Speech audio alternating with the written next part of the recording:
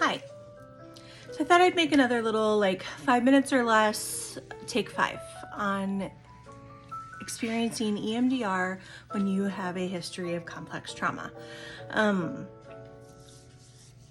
This topic has been coming up a lot lately. I think it's because I've been starting EMDR with some new clients.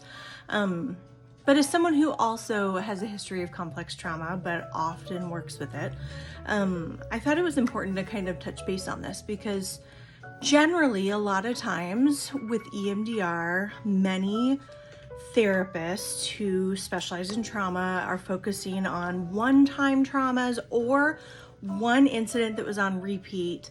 For example, childhood sexual abuse, where it's basically like one trail of the mind and the things that connect to that, right? And it's a little bit, I hate to use the word easier, but it's just more targeted, I would say. Whereas for those of us that grew up with complex trauma, which means our very foundation was built in trauma, right? There's a lot of early resourcing that is usually recommended by those of us who specialize in this area, because to work on the trauma memories that occurred later on or even throughout the way, we have to have a foundation to build on, right? And so for those that were born in safe environments with safe parents but experienced complex trauma, such as growing up in poverty or growing up in war-torn countries, right? If you had a family that was safe and a loving home, you had a safe nest to return to and be seen in your traumas. And it doesn't mean it wasn't traumatic. It just means you have a solid foundation to build on when processing and dealing with those traumas. And so for those of us who did not, who home was not safe, whether physically or emotionally, in any way, we have to recreate some of those foundational areas internally that were never really established.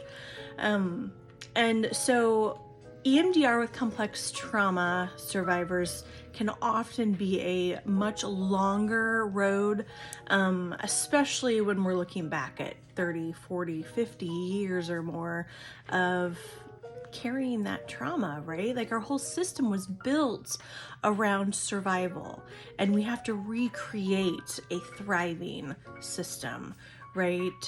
That has a foundation that it's building on. And so try to be patient. If you're like me and you have ADHD, it's very easy to get impatient and just want to jump in, right? You're longing for that safety, you're longing for that security within. It makes so much sense. However, we have to patiently build some foundational areas in order to feel safe enough to reprocess some of the traumas that are being held within, right? And so hang in there. Try to do the therapeutic homework that your therapists encourage, especially that build on the resilience and resourcefulness within, right? Your connection to yourself, your connection to the concept of things like safety, security, being proud of yourself, the things that build to a sense of resilience or being able to bounce back when flooded, like happens sometimes when we are processing old memories. Okay? And make sure and practice your grounding, because that is very, very helpful as well. Take care.